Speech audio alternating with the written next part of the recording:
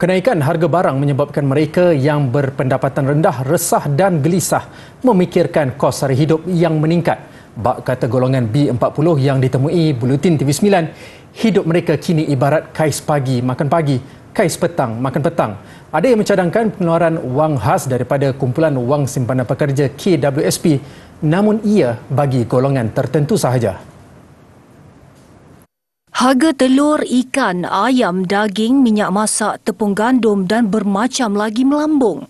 Bukan hanya rakyat B40 yang merana, mereka daripada golongan M40 juga turut merasai keperitannya. Ada yang berpendapat kerajaan wajar menimbangkan pengeluaran khas KWSP, namun perlu mengikut kriteria ditetapkan.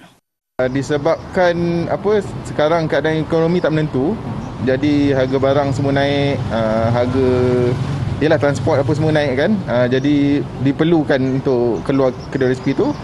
Tapi kalau boleh untuk kumpulan yang bersasar sajalah. Kerajaan mungkin boleh buat pengeluaran secara berkala lah. Maksudnya tak adalah sekali keluar tu terus habis satu akaun tu. Tak, mungkin setakat untuk individu tu boleh teruskan hidup dia sendiri. Namun pengeluaran berterusan wang persaraan itu turut dikhawatiri akan memakan diri. Bagi saya tak setuju untuk pengeluaran KWSP ni.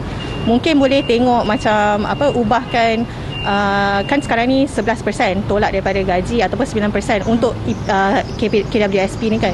Mungkin kita kurangkan untuk dia punya percentage untuk simpan untuk dalam KWSP ni untuk golongan-golongan tertentu ni supaya setiap bulan dia ada duit lebih sikit. Dalam pada itu, pensyarah ekonomi Universiti Utara Malaysia, Profesor Madya Dr. Irwan Shah Zainal Abidin berpendapat simpanan KWSP tidak wajar disentuh lagi kerana ia tidak boleh dijadikan satu-satunya cara untuk menangani kos sara hidup yang meningkat secara mendadak ketika ini. Sebaliknya, kerajaan perlu mencari pendekatan lain untuk membantu rakyat. Contohnya, memperkasakan sistem jaringan sosial, sistem keselamatan sosial kita. Ini bagi saya penting. Dan juga bila kita kata berkenaan dengan sistem pensyen kita, mungkin perlu diubah suai dan juga perlu ditambah baik untuk kita memberikan juga skim ini, sistem pensyen ini juga kepada mereka yang mungkin bukan berada dalam pekerjaan pejabat awam. Okey, ini juga boleh difikirkanlah. Dan sudah tiba masanya kerajaan memikirkan usaha untuk nak meningkatkan pendapatan rakyat. Apa yang penting ketika ini adalah langkah untuk meningkatkan kembali kuasa beli rakyat. Apabila kerajaan membuat keputusan untuk meningkatkan kadar gaji minimum itu adalah satu tindakan yang tepat. Dan mungkin juga perlu difikirkan lagi di masa depan, mungkin pengenalan kepada bukan saja konsep gaji minimum, tapi juga mungkin konsep kita kata pendapatan wajar, living wage, yang mana mungkin ini kita boleh lihat dari segi keperluan semasa. Jelas Profesor Madya Dr. Irwan Shah, sudah tiba masanya rakyat mencari jalan penyelesaian untuk menambah kembali simpanan hari tua. Seperti yang sering ditekankan sebelum ini, berbelanjalah pada yang perlu sahaja, bukan berlandaskan kemahuan semata-mata. Ini kerana ia dapat membantu rakyat menangani kenaikan harga barang yang bukan hanya berlaku di negara ini, malah di seluruh dunia.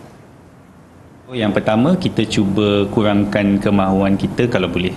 Macam benda-benda berkaitan dengan hiburan, lebihan, kira macam pergi berjalan, semua tu kita kurangkan sebanyak boleh. Pasal belanja yang keperluan, contohnya macam makanan semua, mungkin bukan kita kurangkan makan, kita pelbagaikan jenis makanan yang kita makan. Janganlah tiap-tiap hari kita makan ayam kalau kita tahu ayam tu mahal. Mungkin daripada sebelum ni kita makan 4-5 hari tiap hari kita makan ayam, mungkin kita jadikan 2-3 hari seminggu kita makan ayam. Selain menjaga perbelanjaan, Rafiq Hidayat turut menggalakkan usaha untuk mencari pendapatan tambahan.